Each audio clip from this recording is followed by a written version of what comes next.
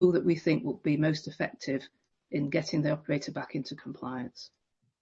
I've got advice, guidance and support down as a bullet on its own because that's a very important tool that we use alongside all of our other compliance work and is a really important tool in preventing non-compliance in the first place and giving that support to operators to make sure they understand what they need to do.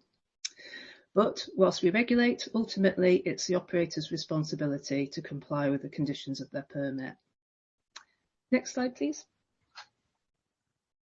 Another key element of our regulatory work is community engagement. We've already done a lot of work in this area to hopefully engage and provide support to the communities around Mossmorran. That includes bringing all of the information that we hold around Mossmorran together in one place on the Mossmorran Hub on our website. We've been to every public meeting in relation to the flaring, and we have staff out and about on the ground regularly who often speak to residents or follow up directly with residents where they've made a complaint or reported pollution. We're looking to further strengthen how we communicate with and hear from communities, and we want to hear your views on the best way for us to do that. And we hope these events will be the first in a series that will enable us to better understand concerns, to design a monitoring network that provides greater reassurance, to tailor ongoing engagement to community needs, and to see how we can make information easier to access and understand. It's great that our partners are here today, and that reflects our joint commitment to work with the community. Today isn't our first date. We've worked together for a long time, and we've engaged with the community together for a long time through groups like the Mossmorran and Braefoot Bay Community and Safety Liaison Committee, and we're committed to strengthen community engagement together. So we really hope you enjoy today's event, and I hope you feel that you get what you want out of it. And with that, I'll pass over to Ross so we can get going.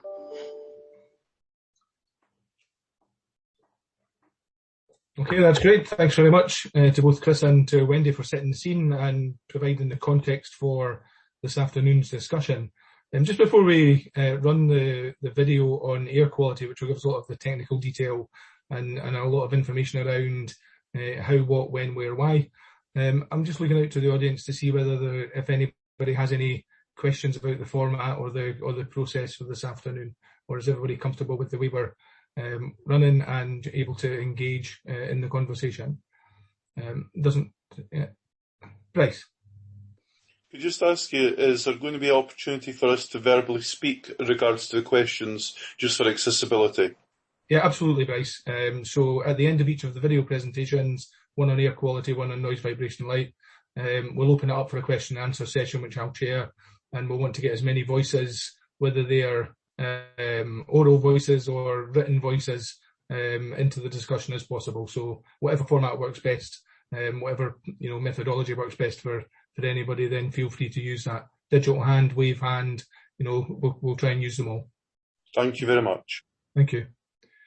Okay, so with that, then we're going to launch the first video, and this gives, as I say, a host of information around the what, where, when, why, and hopefully it will form the basis of a good Q&A afterwards. So as you watch the video, then it's maybe worth, if you're thinking of a question, either pop it into the chat or scribble it down, take a note of it, because the information comes at you quite fast. So people might want to take a wee note and get ready with a question when it comes to the Q&A. So if we could run the video, then that would be great. Thank you.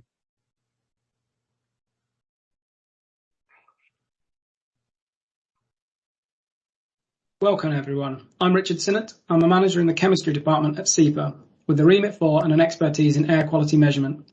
And that's what we're here to discuss today, air quality monitoring at the Mossmorran complex. First things first, I'd like to reiterate my thanks to you all for taking the time to attend today. It's really important we understand your concerns.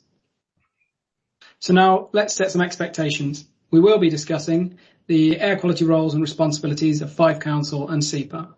We'll do a dive into air quality standards and sources, and that will lead us nicely into what air quality monitoring has been done to date and the reasoning behind it. Finally, we'll open the session for any questions you may have.